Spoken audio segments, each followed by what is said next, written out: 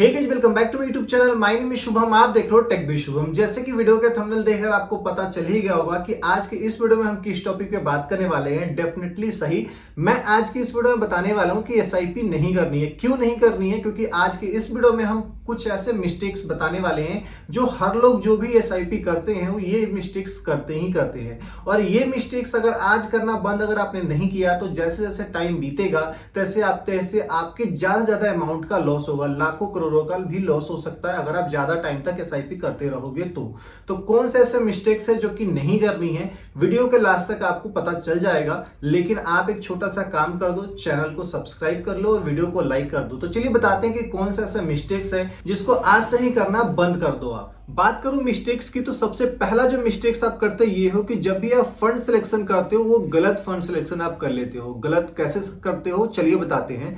Fund type जो होता है वो दो टाइप का होता है। पहला होता है जो फंड वो डायरेक्ट फंड होता है, दूसरा जो फंड होता है वो रेगुलर फंड होता है। और जो डायरेक्ट फंड होता है उसका जो एक्सपेंस रेशियो जो होता है वो लो होता है। अप्रोक्सीमेटली अगर आप जितने भी डायरेक्ट फंड है उसका अगर एक्सपेंस रेशियो देखोगे तो 0.05% का मिलेगा। लेकिन अगर आप रेगुलर फंड अगर आपने सेलेक्ट किया हुआ है तो उसका जो एक्सपेंस रेशियो जो होता है वो हाई होता है। अप्रोक्सीमेटली जो एक्सपेंस रेशियो की बात करूं तो 1.5% का होता है।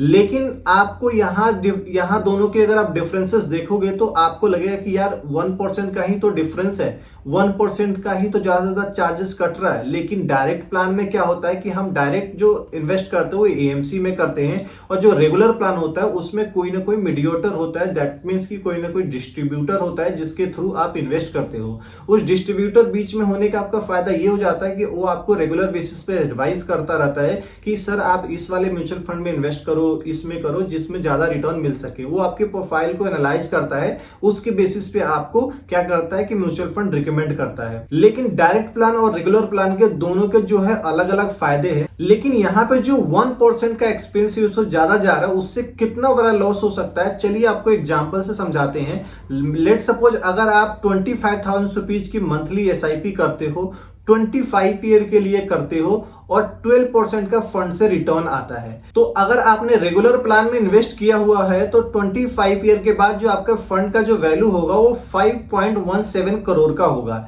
लेकिन अगर आपने डायरेक्ट प्लान में इन्वेस्ट किया हुआ है और 12% का रिटर्न आता है तो आफ्टर 25 ईयर जो आपके फंड का वैल्यू होगा 6.46 करोड़ का होगा। डिफरेंस कितना हुआ?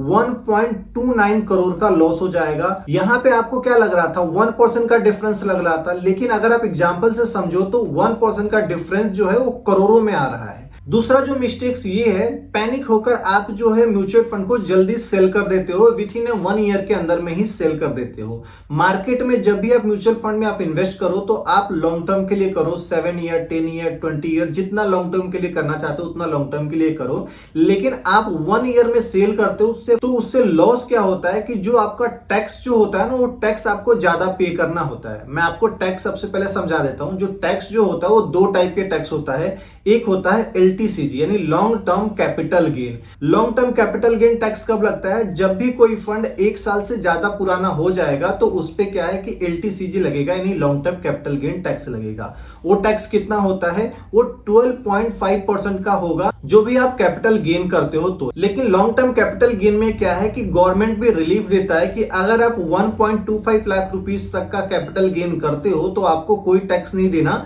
इससे ज्यादा अगर आप कैपिटल गेन करते हो तभी आपको 12.5% का टैक्स पे करना पड़ेगा। लेकिन अगर आप पैनिक होकर 1 ईयर के अंदर में ही म्यूचुअल फंड को सेल कर देते हो तो वहां पे जो टैक्स लगता है वो 20% का लगता है, और वहां पे गवर्नमेंट आपको कोई भी बेनिफिट नहीं देता यानी कोई भी इंजेक्शन नहीं देता है। तो दैट मींस कि आपका अपफ्रंटली 20% तक का टैक्स कट जाएगा। तो इस वीडियो में मैंने आपको 2 मिस्टेक्स बताए हैं। ऐसे तो बहुत सारे मिस्टेक्स है जो कि इस वीडियो में हमने कवर नहीं किया है। और भी मिस्टेक्स के बारे में जानना चाहते हो तो कॉमेंट सेक्शन में आप एसआईपी टाइप कर दो। नेक्स्ट कौन सी मिस्टेक्स अक्सर लोग एसआईपी करते हैं तो करते हैं तो उसके बारे में वीडियो बनाकर डाल दूंगा। वीडियो पसंद आया तो वीडियो को लाइक कीजिए, चैनल पे नए हो चैनल को सब्सक्राइब कीजिए। मिलेंगे इस तरह की नेक्स्ट वीडियो में, तब तक के लिए धन्यवाद। Stay safe, take care.